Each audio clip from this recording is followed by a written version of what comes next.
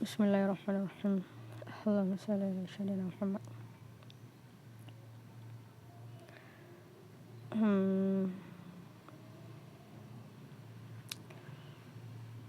Mulai dari mana ya?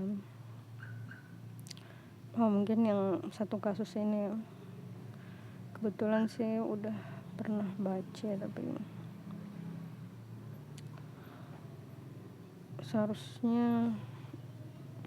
ini seharusnya sih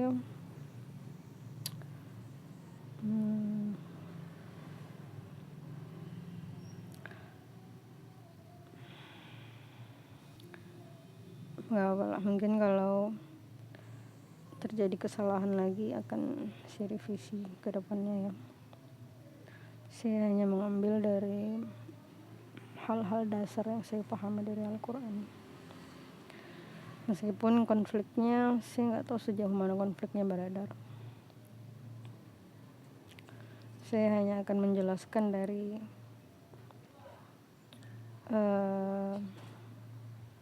pernyataan yang ketika kondisinya sama dengan pernyataan itu, maka itulah yang harus dilakukan. Karena memang informasinya sangat-sangat terbatas ya. Saya hanya ingin menjelaskan bahwa Islam itu bukan agama barbar yang membantai non-Islam seperti propaganda yang disebarkan oleh Zionis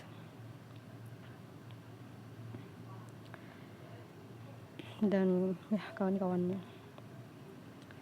Tapi Islam itu diwajibkan memerangi kezaliman. Diwajibkan ketika di hadapan mereka berdiri pasukan perang yang siap membantai mereka, maka mereka diwajibkan untuk mempersiapkan diri mereka juga dengan senjata untuk melawan orang-orang itu. Jadi ini sebuah kisah di Wakanda. Katanya ada seorang, tapi ini saya anggap sebuah pemisalan aja ya, mungkin karena informasinya sangat terbatas. Jadi semisal ada sebuah tempat di kota A. Di kota A ini terdapat dua agama, itu Islam dan Kristen. Dan mungkin kemungkinan besar memang ada semacam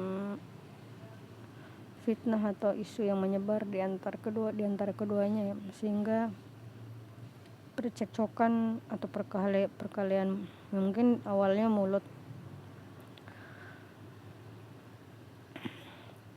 mulai terjadi antar Islam dan Kristen di kota A ini. Suatu hari terbunuhlah ustadz di kalangan muslim, dan apakah benar ketika seorang ustadz terbunuh di kalangan muslim, maka membantai umat Kristiani menjadi sebuah langkah yang tepat? Maka pernyataannya adalah pernyataan yang salah ya. Jika ceritanya berdasarkan kondisi yang seperti ini, yang paling benar adalah menemukan siapa pelaku yang membunuh Ustadz A tersebut. Apakah pelakunya dari umat Islam atau umat Kristiani, maka hukumnya tetap berdasarkan Al-Quran. Sengaja dan tidak sengaja itu udah ada ketetapannya dalam Al-Quran. Cuman agak sedikit berbeda dengan yang tidak disengaja ya. Dan silahkan dibaca Al-Quran. Tapi ini bukan wujud penetapan perang. Yang paling tepat itu hanyalah mencari siapa yang membunuh ustadz tersebut, dan pelakunya dihukum sesuai dengan aturan yang telah Allah tetapkan dalam Al-Quran. dan semoga aturan hukum pemerintah menyesuaikan itu, karena terkadang aturan hukum pemerintah itu nggak sesuai dengan hukum Al-Quran ya. Seperti koruptor yang harusnya udah masuk hukuman mati, koruptor sekian miliar, tapi hanya beberapa bulan. Ya wallah alam.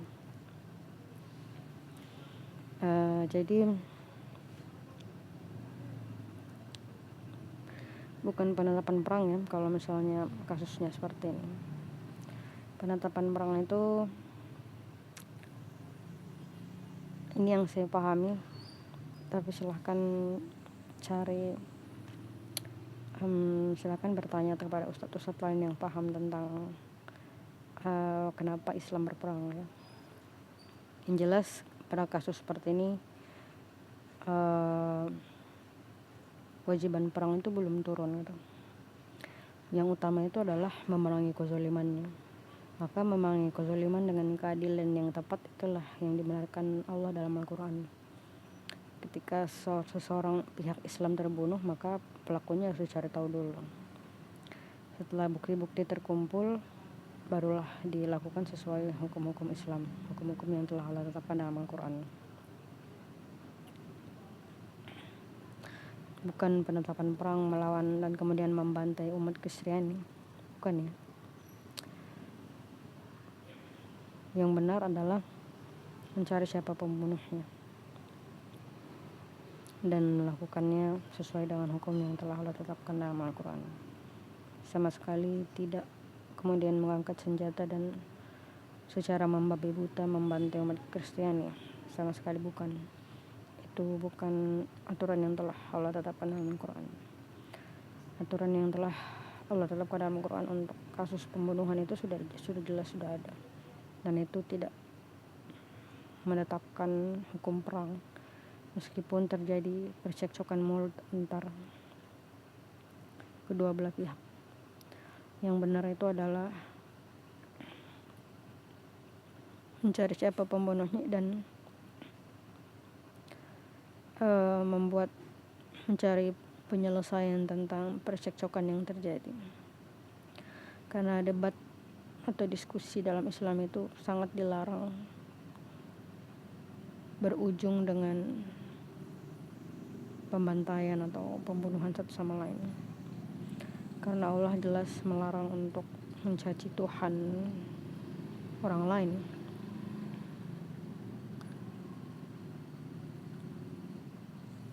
Jadi diskusi dalam Islam hanya boleh berakhir dalam diskusi.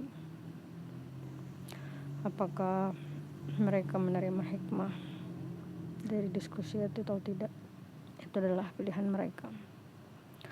Kewajiban umat muslim dalam hal diskusi hanyalah menyampaikan, tidak boleh sampai ke ranah perkelahian dan pembunuhan. Yang paling benar adalah berhenti. Ketika cacian demi cacian keluar, maka umat muslim diperintahkan untuk berhenti dari debat tersebut dan meninggalkan debat tersebut.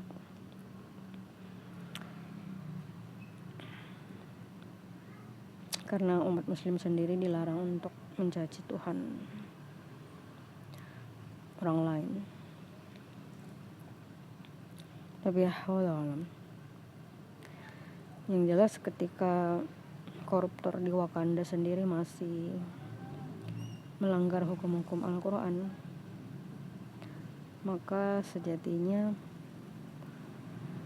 orang-orang yang mencaci itu